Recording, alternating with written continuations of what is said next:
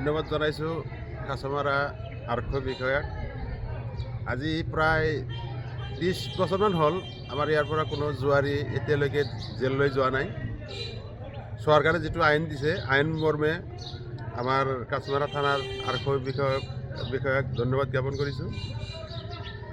আজি ৰাতিত মুঠতে 11টামান বজাত অভিযান চলাই খোলাবান্ধা গাঁৱত 7জনকৈ আসামী এৰেষ্ট কৰি লৈ আনি আজি মানে জেল হাজতলৈ প্ৰেৰণ কৰিল। আসামকেইজনে কি কৰিছিল? মানে জুৱা খেলিছিল।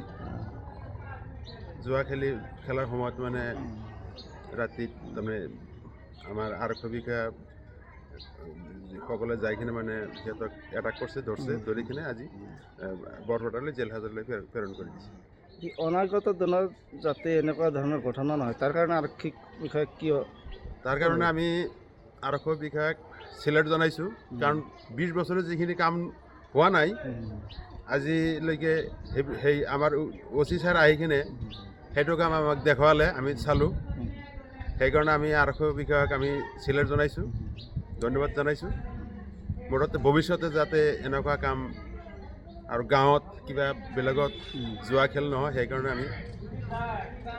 আমি ধন্যবাদ জ্ঞাপন কৰিছোঁ। এই আচলতে কি জুৱা খেল চলি আছিল ৰাতি নিশা জুৱা খেল চলি আছিল।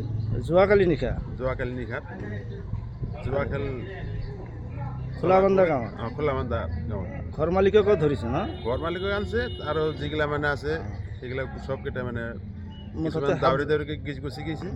7জনক ধৰিছে। 7জনক ধৰছে, ধৰি কিনে মানে জেল হাজতলৈ প্ৰেৰণ কৰিছে।